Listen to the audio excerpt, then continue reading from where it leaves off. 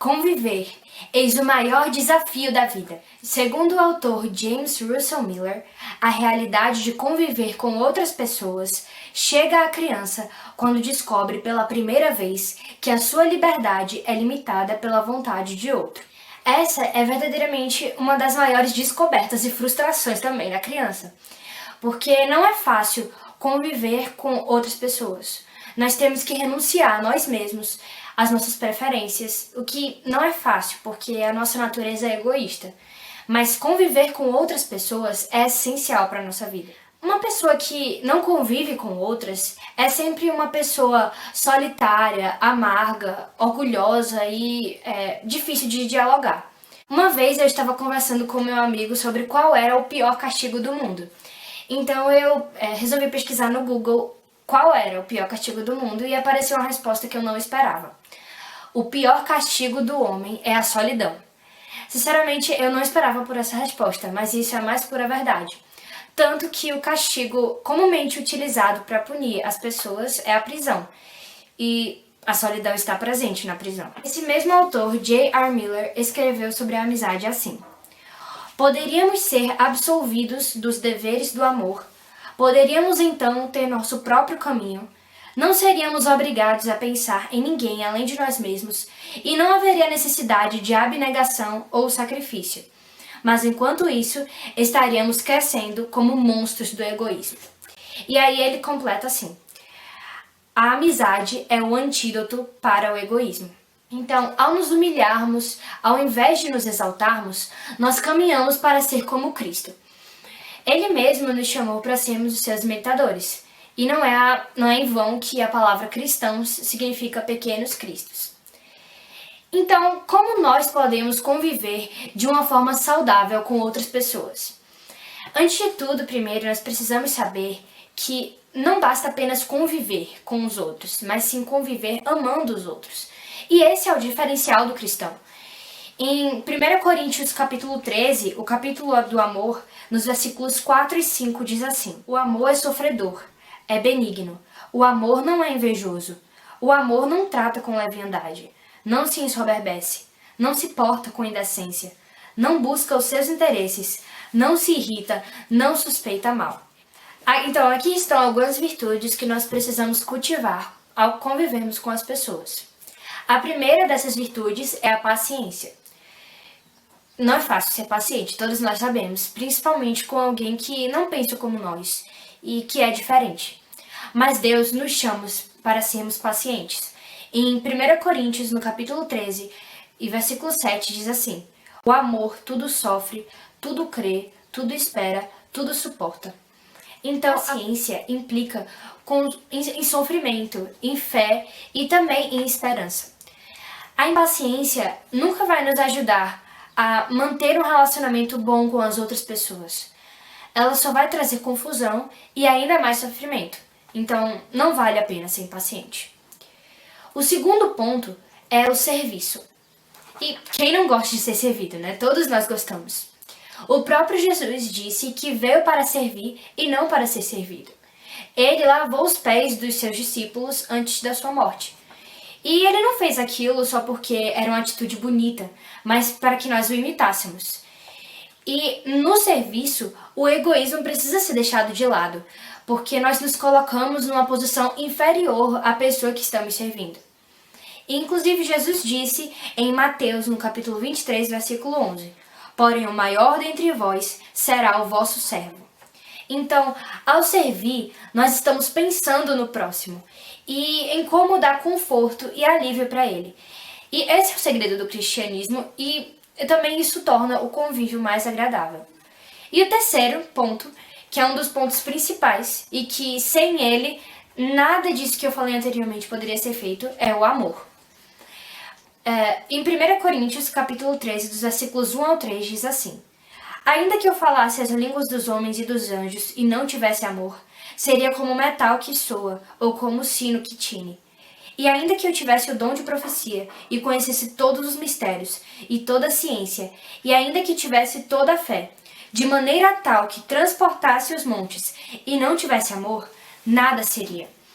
E ainda que distribuísse toda a minha fortuna para sustento dos pobres, e ainda que entregasse o meu corpo para ser queimado, e não tivesse amor, nada disso me aproveitaria. E, inclusive, outro exemplo na Bíblia foi quando um certo doutor da lei perguntou para Jesus qual era o mais importante dos mandamentos.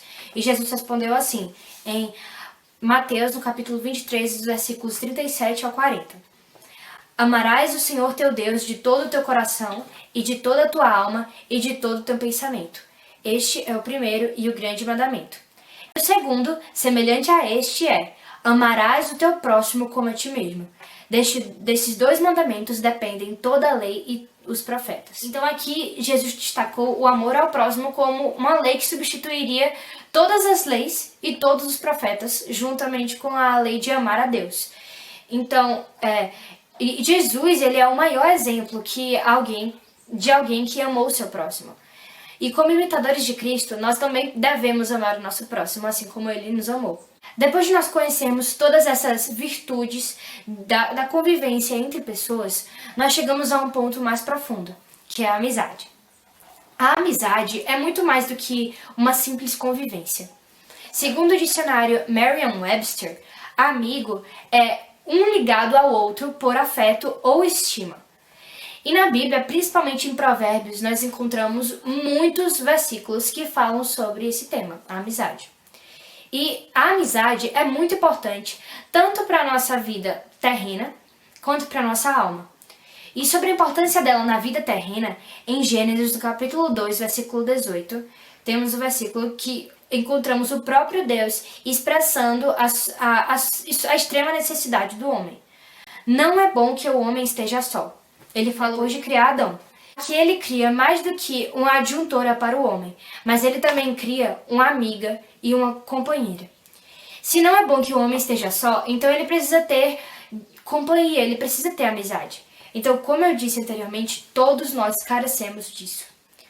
Em Eclesiastes 4, dos versículos 9 ao 10, diz assim: melhor é serem dois do que um, porque tem melhor paga do seu trabalho. Porque se um cair, o outro levanta o seu companheiro. Mas ai do que estiver só, pois caindo não haverá outro que o levante. Então, aqui nós vemos que a vida é muito mais leve quando contamos com os nossos amigos. E a amizade vai além disso. Ela também toca a alma. Na jornada espiritual, nós temos as horas difíceis, mas são nessas horas que o amigo é mais importante ainda. E se o amigo é crente, fiel a Deus, ele te ajudará a vencer essa batalha espiritual e te fortalecerá. Em Provérbios 17:17 diz assim: em todo tempo ama o amigo, e na angústia nasce o irmão. Dentro da amizade, um dos pontos mais importantes que vemos é a união. Sem a união, não há amizade.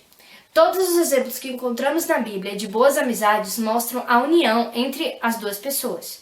Por exemplo, Davi e Jonatas. Saul odiava Davi e queria matá-lo. Mas Jonatas amava tanto Davi que salvou a sua vida várias vezes, mesmo sabendo que era Davi quem ocuparia o trono no lugar do seu pai, ao invés dele. Então, dessa forma, eu acho que Jonatas e Davi foram os maiores exemplos de amizade do Antigo Testamento. Na nossa jornada do homeschooling não é diferente. Nós precisamos de amigos ao nosso redor para nos ajudar. A amizade no homeschooling é muito importante, porque incentiva você a ter mais prazer para fazer as atividades. No meu caso, eu tenho alguns amigos homeschoolers e me encontro com eles toda semana, para mostrarmos um ao outro o que fizemos e o que não fizemos também na semana. E ao chegar em casa, eu sinto como que fazer aquelas atividades é o meu dever. E além de me impulsionar o meu desejo de estudar, também me ajuda a criar metas e atingi-las. Porque, assim, muitas vezes criamos metas e não conseguimos atingir nem metade delas. Às vezes é por falta de tempo, às vezes é por falta também de determinação em fazer. Então, como eu me sinto no dever de trazer todas aquelas atividades prontas no dia em que nos reunimos, isso me dá motivação e determinação para atingir as metas. Todos os nossos encontros são muito divertidos. E uma das coisas que me incentiva mais ainda a estudar são as competições que fazemos na sala. Nós fazemos jogos de matemática e o que estimula muito a competição. E também nós aprendemos a perder, porque nós normalmente só queremos ganhar, mas numa competição com amigos nós temos que aprender a perder. É muito bom isso porque estimula em nós virtudes que jamais conseguiríamos fortalecer sozinhos. E perder, nós sabemos, é uma parte muito importante na vida. E sobre minha casa, com os meus irmãos, que também são meus amigos, nós aprendemos a perder quando estamos sentados ao redor da mesa jogando xadrez, dominó ou jogos de tabuleiro. Eu também aprendi a perder quando minha mãe criou um jogo chamado Corra com a Bíblia. E essa brincadeira testava a nossa velocidade de encontrar algum determinado versículo da Bíblia. E nós aprendemos muito a perder nessas brincadeiras. Eu me lembro que na época eu não gostava de perder. Muitas vezes a brincadeira terminava em choro, na verdade quase todas as vezes, mas nós começamos a crescer. E eu aprendi que mais importante do que vencer é crescer. E essa é a bênção da amizade que cresce em torno de um propósito. No homeschooling, nós não somente gostamos da companhia, como também precisamos de pessoas na hora de fazer os deveres de casa, é óbvio. Eu tenho 2 irmãos, João e Laís, e sempre que nós fazemos um dever de casa juntos, nós terminamos bem mais rápido, porque nós ficamos muito envolvidos no trabalho. Eu tenho 2, e aqui em casa a minha irmã lava os pratos do café e eu lavo os pratos do almoço. Só que muitas vezes nós temos que lavar os pratos do jantar também. E quando lavamos os pratos do jantar juntas, fica bem mais fácil, porque eu ensaboo e ela enxágua. Então nós terminamos o trabalho muito mais rápido, em torno de 5 minutos nós levamos só lavando os pratos. E ainda nós colocamos músicas para tocar. E é um momento muito precioso no qual nós aprofundamos a nossa amizade de irmãs. A amizade e união são amigas que nos impulsionam a fazer o que deve ser feito com mais entusiasmo e também com mais vida. Mas muitas vezes eu penso e pergunto, como eu posso ser uma amiga ou uma irmã melhor? Na palavra de Deus nós temos exemplos sobrandos a respeito desse assunto. Nós aprendemos como ser bons amigos como Jonatas e Davi, como Daniel e seus amigos, Maria e Isabel, Ruth e Noemi, e estes são os exemplos de bons amigos na Bíblia. Agora, com Aminon e Jonadab, Roboão e seus amigos e os amigos do filho pródigo, nós aprendemos como não deve ser uma amizade. Mas na Bíblia também temos o maior exemplo de amizade, que eu acho que todo mundo sabe, que é Jesus. Porque ele foi e ele é o maior exemplo de amizade não só da Bíblia, mas também de todo mundo. Ele tem algo que nenhum homem tem. Ele tem a companhia e a amizade perfeita. E nenhuma pessoa pode ter muitos amigos. Assim, quando eu digo amigos, são amigos próximos, amigos muito chegados. Mas Jesus, ele tem milhares de amigos e mesmo assim ele consegue ser único para cada um. E essa é a beleza da amizade e do amor de Deus. Ele ama a todos, mas ao mesmo tempo ele conhece e ama cada um individualmente. Outra coisa que Jesus é o príncipe da paz. Então, com ele não há nem confusão, nem discórdia. Então, só tem união com ele. E ele está conosco em todos os momentos. Não importa em qual situação nós estamos, se estamos em momentos bons ou em momentos ruins. Ele até entra no fogo conosco, como ele fez com Daniel, como fez com Sadraque, Mesaque e Abidnego. E outra coisa, veja o que Deus falou pelo profeta Isaías.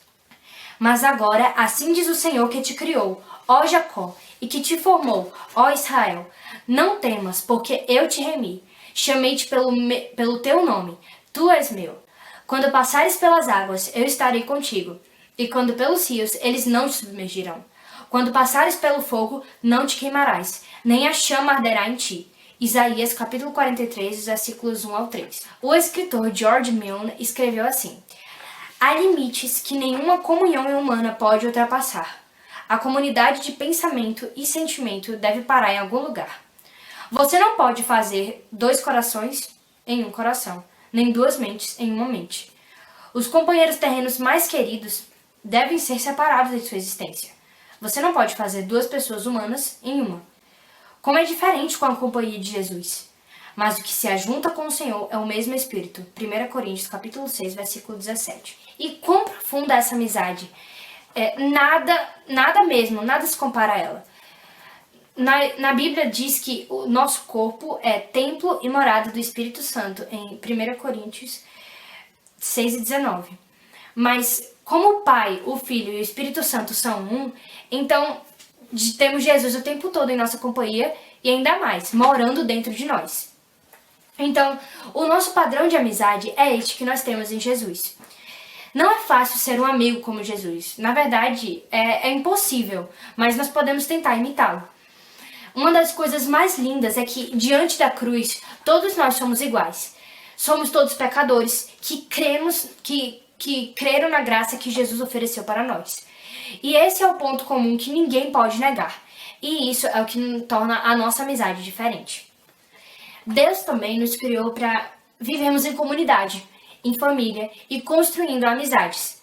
A comunidade ou a comunhão é uma das características fundamentais dos cristãos, porque ela nos ajuda nessa jornada rumo ao céu, fortalecendo-nos durante essa caminhada. Andar em comunidade no homeschooling cristão nos ajuda a manter o foco no alvo. Então, estarmos juntos reforça os nossos valores e nos dá ânimo para continuar. Acontece conosco o que aconteceu com os primeiros crentes do Novo Testamento. Em Atos, capítulo 2, nos versículos 44 a 47, nós vemos assim: Todos os que criam estavam juntos e tinham tudo em comum. Vendiam suas propriedades e fazendas e repartiam com todos, segundo cada um tinha necessidade. E perseverando unânimes todos os dias no templo e partindo pão em casa, comiam juntos com alegria e singeleza de coração, louvando a Deus e caindo na graça de todo o povo. E todos os dias acrescentava o Senhor à igreja aqueles que se haviam de salvar. Ou seja, os irmãos da igreja primitiva, eles tinham tudo em comum. Ou seja, eles viviam em união. E essa união exigia renúncia, exigia a morte do egoísmo, mas também dela renascia uma nova vida, robusta e fecunda. E C.S. Lewis disse que, na amizade, a pergunta "você me ama?" significa "você percebe a mesma verdade?" E na comunidade do homeschooling, nós encontramos aqueles que concordam conosco em questões pouco consideradas por outros. Nós somos pequenos grupos de amigos que dão as costas para o mundo e, por isso, nós somos aqueles que realmente o transformarão. Aprender em casa tem o seu preço e não é baixo. Mas o bom é que nós não estamos sozinhos. No caminho, o Senhor nos presenteia com amigos sinceros e são essas pessoas que não nos fazem sentir como estranhos, que acabam por legitimar esse estilo de vida, confirmando que nós estamos no caminho certo. E eu queria agradecer aqui a Gaba por ter me dado essa oportunidade de falar sobre esse assunto tão caro.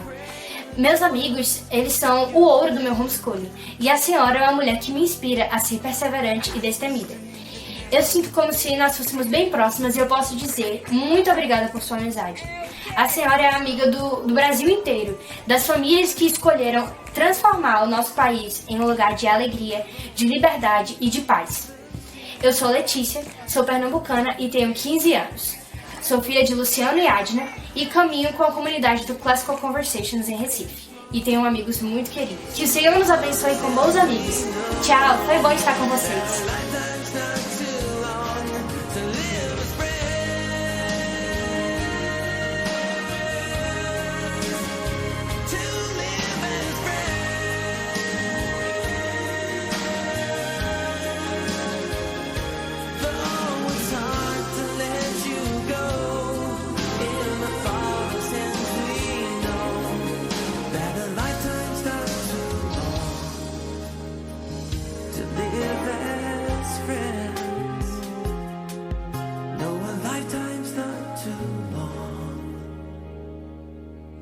To live as friends.